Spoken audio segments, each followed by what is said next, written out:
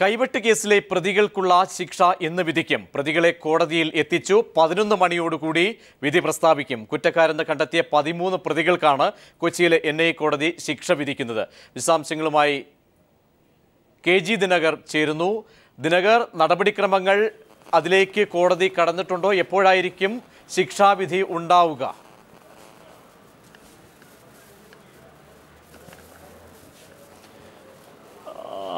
പ്രജീഷ്, കോടതി നടപടികൾ ആരംഭിച്ചു കഴിഞ്ഞിരിക്കുന്നു. കൊച്ചിയിലെ കലൂരിലുള്ള NIA കോടതി ജഡ്ജി P. ശശിധരനാണ് വിധി പ്രഖ്യാപിക്കുക. അല്പസമയത്തിനകം ശിക്ഷ പ്രഖ്യാപിക്കും. 13 പേർ കുറ്റക്കാരെന്ന് കോടതി നേരത്തെ കണ്ടെത്തിയിരുന്നു.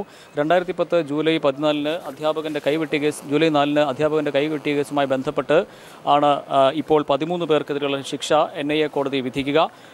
2-ാം പ്രതി ജമാൽ, 3-ാം പ്രതി മുഹമ്മദ് ഷോബിൻ, 5-ാം പ്രതി ഷംസുദ്ദീൻ, 6-ാം പ്രതി ഷാനവാസ്, 7-ാം പ്രതി KA പരീദ്, 8-ാം പ്രതി യൂനുസ് അലിയാർ, 9-ാം പ്രതി ജാഫർ, 12-ാം പ്രതി KK അലി, 25-ാം പ്രതി അബ്ദുൽ ലത്തീഫ്, 27-ാം പ്രതി സജീർ, 29-ാം പ്രതി KE കാസിം, 34-ാം പ്രതി അൻവർ സാദിഖ്, 36-ാം പ്രതി റിയാസ് എന്നിവർക്കെതിരെയുള്ള ശിക്ഷയാണ് കോടതി അല്പസമയത്തിനകം പ്രഖ്യാപിക്കുക. ഇതിൽ 10 പേർക്കെതിരെ കോടതി ഭീകരവാദ വിരുദ്ധ നിയമപ്രകാരമാണ് കുറ്റം ചുമത്തിയിരിക്കുന്നത്. 3 പേർ പ്രതികളെ ഒളിപ്പിച്ചു എന്ന കുറ്റമാണ് 3 പേർക്കെതിരെ കോടതി കുറ്റം ചുമത്തിയിട്ടുള്ളത്.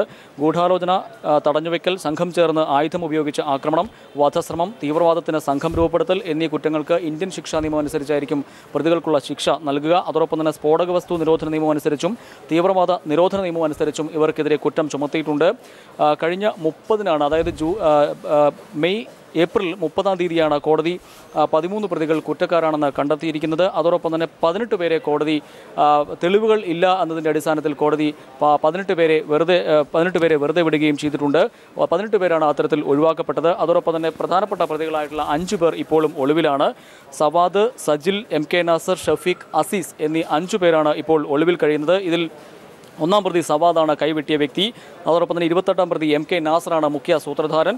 31-ാം പ്രതിയായിട്ടുള്ള നജീബിനെ പിന്നീട് NIA അറസ്റ്റ് ചെയ്തു. 2 ആഴ്ച മുൻപാണ് നജീബിനെ അറസ്റ്റ് ചെയ്തത്. അത്തരത്തിൽ 37 പേരായിരുന്നു കേസിൽ NIA പ്രതികളായി കണ്ടെത്തിയിരുന്നത്, അല്ലെങ്കിൽ കുറ്റപത്രം സമർപ്പിച്ചിരുന്നത്. ഇതിൽ 18 പേരെ തെളിവുകളില്ല എന്നതിൻ്റെ അടിസ്ഥാനത്തിൽ കോടതി കഴിഞ്ഞ 30-ാം തീയതി വെറുതെ വിടുകയും ചെയ്തിട്ടുണ്ട്. ബാക്കി 13 പേർക്കെതിരെയുള്ള ശിക്ഷ ആണ് അല്പസമയത്തിനകം കോടതി പ്രഖ്യാപിക്കുക. 10 പേർക്കെതിരെ ഭീകരവാദ വിരുദ്ധ നിയമപ്രകാരവും കുറ്റം ചുമത്തിയിട്ടുണ്ട്. പരമാവധി ശിക്ഷ നൽകണമെന്ന ആവശ്യമാണ് പ്രോസിക്യൂഷൻ മുന്നോട്ട് വച്ചിട്ടുള്ളത്. 2010 ജൂലൈ 4-നാണ് തൊടുപുഴ ന്യൂമാൻ കോളേജിലെ പ്രൊഫസർ TJ ജോസഫിൻ്റെ കൈവെട്ടിയത്. പ്രവാചക നിന്ന ആരോപിച്ചുകൊണ്ടായിരുന്നു പോപ്പുലർ ഫ്രണ്ട് പ്രവർത്തകർ ഉൾപ്പെടെയുള്ളവർ TJ ജോസഫിൻ്റെ കൈ വെട്ടിമാറ്റുകയും കൊലപ്പെടുത്താൻ ശ്രമിക്കുകയും ചെയ്തത്. പ്രജീഷ്, അല്പസമയത്തിനകം വിധി പ്രഖ്യാപനം, ശിക്ഷാവിധി പ്രഖ്യാപിക്കും. പ്രജീഷ്, വളരെ വ്യക്തമായി തന്നെ കേരള സമൂഹം കേൾക്കാൻ കൊതിക്കുന്ന, അല്ലെങ്കിൽ കേൾക്കാൻ പ്രതീക്ഷയോടുകൂടി നോക്കുന്ന ഒരു വിധി. അവിടെ പ്രതികളുടെ 1-ാം പ്രതി അടക്കമുള്ള, അല്ലെങ്കിൽ 5 വരെയുള്ള പ്രതികളെ എന്തായാലും പിടികൂടിയിട്ടില്ലാത്ത ഒരു സാഹചര്യം. ആ സാഹചര്യമൊക്കെ തന്നെ വിലയിരുത്തുമ്പോൾ നിയമത്തിൻ്റെ തോത്, വിധിയുടെ തോതൊക്കെ തന്നെ ഏത് രീതിയിലായിരിക്കും പ്രതീക്ഷിക്കപ്പെടുന്നത്? സംസാരം അല്ലെങ്കിൽ അനുമാനങ്ങളിലേക്കൊക്കെ തന്നെ പോയാൽ ഏത് രീതിയിലായിരിക്കും ശിക്ഷയുടെ കാഠിന്യമൊക്കെ തന്നെ ഉണ്ടാവുക എന്നാണ് നിയമവൃത്തങ്ങൾ നൽകുന്ന സൂചന?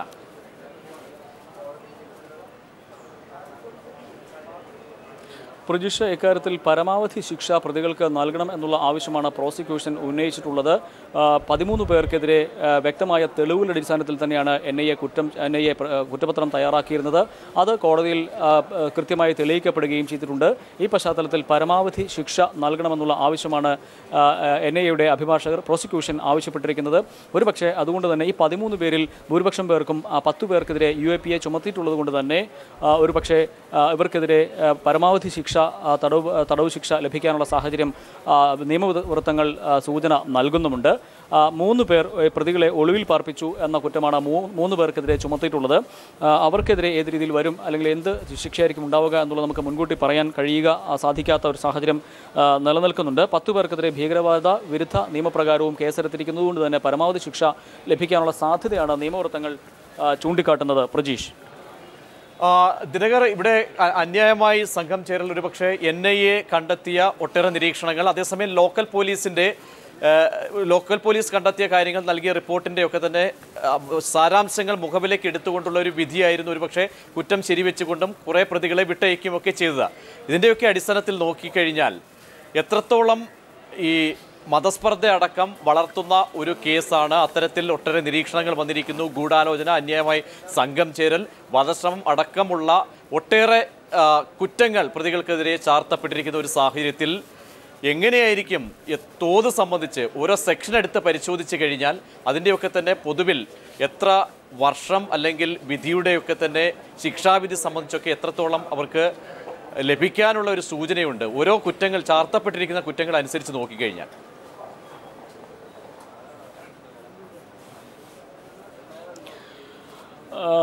പ്രതീക്ഷ ഞാൻ നേരത്തെ സൂചിപ്പിച്ചതുപോലെ തന്നെ പരമാവധി ശിക്ഷ 10 പ്രതികൾക്ക് ലഭിക്കാനുള്ള സാധ്യതയാണ് നിലനിൽക്കുന്നത്. നിയമവൃത്തങ്ങൾ അത്തരത്തിലുള്ള സൂചനകളാണ് നമുക്ക് നൽകുകയും ചെയ്യുന്നത്. വധശ്രമം, തീവ്രവാദത്തിന് സംഘം രൂപപ്പെടുത്തൽ, അതോടൊപ്പം തന്നെ സ്ഫോടക വസ്തു നിരോധന നിയമം, തീവ്രവാദ നിരോധന നിയമം അടക്കമുള്ളവ ചുമത്തപ്പെടുമ്പോൾ ഒരുപക്ഷെ അത്തരത്തിൽ ഒരു പരമാവധി ശിക്ഷ ലഭിക്കാനുള്ള സാധ്യതയാണ് നിയമവൃത്തങ്ങൾ നൽകുന്ന സൂചന.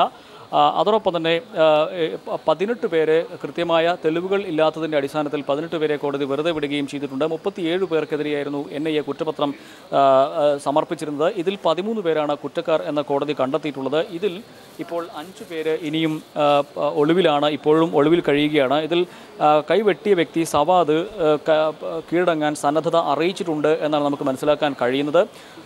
ഇയാൾ ഒരുപക്ഷെ ഇന്നത്തെ വിധിക്ക് ശേഷം കീഴടങ്ങാനുള്ള സാധ്യതയും നിലനിൽക്കുന്നുണ്ട്. ഇയാൾ ഇപ്പോൾ വിദേശത്ത് ഒളിവിൽ കഴിയുകയാണ്. അതോടൊപ്പം തന്നെ മറ്റ് 4 പ്രതികൾ കൂടി ഇനിയും കണ്ടെത്താനുണ്ട്, അല്ലെങ്കിൽ അവരെ കൂടി കണ്ടെത്താനുണ്ട്.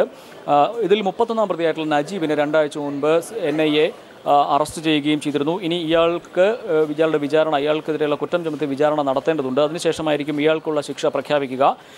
എന്തായാലും സംഭവത്തിൻ്റെ നാൾ വഴികൾ പരിശോധിച്ചാൽ നമുക്ക് പറയാൻ കഴിയുക, മൂവാറ്റുപുഴയിൽ 2010 ജൂലൈ 14 രാവിലെ 8:05 സംഭവം നടന്നത്. തൊടുപുഴ ന്യൂമാൻ കോളേജിലെ പ്രൊഫസർ TJ ജോസഫ് ആക്രമിക്കപ്പെട്ടു. മൂവാറ്റുപുഴ നിർമ്മലമാതാ പള്ളിയിൽ നിന്നും ഞായറാഴ്ച കുർബാന കഴിഞ്ഞ കുടുംബാംഗങ്ങൾക്കൊപ്പം അദ്ദേഹം തൻ്റെ വീട്ടിലേക്ക് മടങ്ങുകയായിരുന്നു.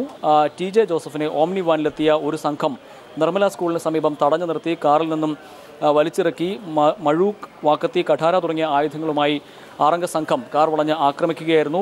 അദ്ദേഹത്തെ കാറിൽ നിന്നും വലിച്ച് പുറത്തേക്കിട്ട് കൈപ്പത്തി വെട്ടിമാറ്റുകയായിരുന്നു. BCom വിദ്യാർത്ഥികൾക്കുള്ള മലയാളം സെക്കൻഡ് സെമസ്റ്റർ ഇന്റേണൽ പരീക്ഷയുടെ ചോദ്യക്കടലാസിലെ വിവാദ പരാമർശത്തെ തുടർന്നാണ് മതവികാരം വ്രണപ്പെടുത്തിയെന്നാരോപിച്ച് മതനിന്ദ ആരോപിച്ചുകൊണ്ട് ഒരു സംഘം ആക്രമണം നടത്തിയത്. അധ്യാപകനെ ആക്രമിക്കുന്നതിനായി പ്രതികൾ മാർച്ച് 28 മുതൽ 4 കേന്ദ്രങ്ങളിൽ ഗൂഢാലോചന നടത്തിയെന്നും NIA നൽകിയ കുറ്റപത്രത്തിൽ ചൂണ്ടിക്കാട്ടുന്നുണ്ട്.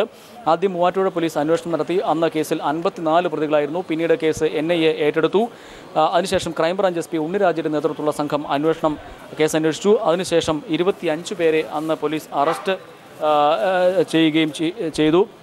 പിന്നീട് 2011 27 പ്രതികൾക്കെതിരെ ക്രൈംബ്രാഞ്ച് കുറ്റപത്രം സമർപ്പിച്ചു. 1-ാം പ്രതി സവാറും ഷെഫീഖും ഒളിവിൽ എന്ന കുറ്റപത്രത്തിൽ സൂചിപ്പിക്കുകയുണ്ടായി. അന്വേഷണം പുരോഗമിക്കുന്നതിനിടെ ഭീകരവാദവുമായി ബന്ധപ്പെട്ട 4 കേസുകൾക്കൊപ്പം ഈ കേസും ആഭ്യന്തര സുരക്ഷാ അന്വേഷണ ഏജൻസി ഏറ്റെടുത്തു. പിന്നീട് കേന്ദ്ര ആഭ്യന്തര മന്ത്രാലയത്തിൻ്റെ ഉത്തരവിനെ തുടർന്ന് കേസ് NIAക്ക് കൈമാറുകയായിരുന്നു. കൊച്ചിയും ഹൈദരാബാദ് യൂണിറ്റുകൾ ചേർന്നായിരുന്നു അന്വേഷണം നടത്തിയത്. 6 പേരെ NIA തുടർന്ന് അറസ്റ്റ് ചെയ്തു. അതിനുശേഷം 2013 ഓഗസ്റ്റിൽ തുടങ്ങിയ വിചാരണ പൂർത്തിയാക്കി ഈ 30-നാണ് പ്രതികൾ 13 പേർ കുറ്റക്കാരെന്ന് കോടതി കണ്ടെത്തിയത്. ആ 13 പ്രതികൾക്കുള്ള ശിക്ഷയാണ് അല്പസമയത്തിനകം വിധിക്കുക. ദിനകറിലേക്ക് മടങ്ങിയെത്താം, വിശദാംശങ്ങൾ തേടുക. അല്പസമയത്തിനകം തന്നെ കൈവെട്ടി കേസിലെ വിധി പ്രഖ്യാപനം ഉണ്ടാകും എന്ന സൂചനകൾ, എന്ന കാര്യങ്ങളാണ്. അതിൻ്റെ നാൾ വഴികൾ സംബന്ധിച്ചും കേസിൻ്റെ പ്രതികളുടെ എണ്ണം സംബന്ധിച്ചുമൊക്കെയുള്ള വിവരങ്ങളാണ് ദിനകർ നൽകിയത്.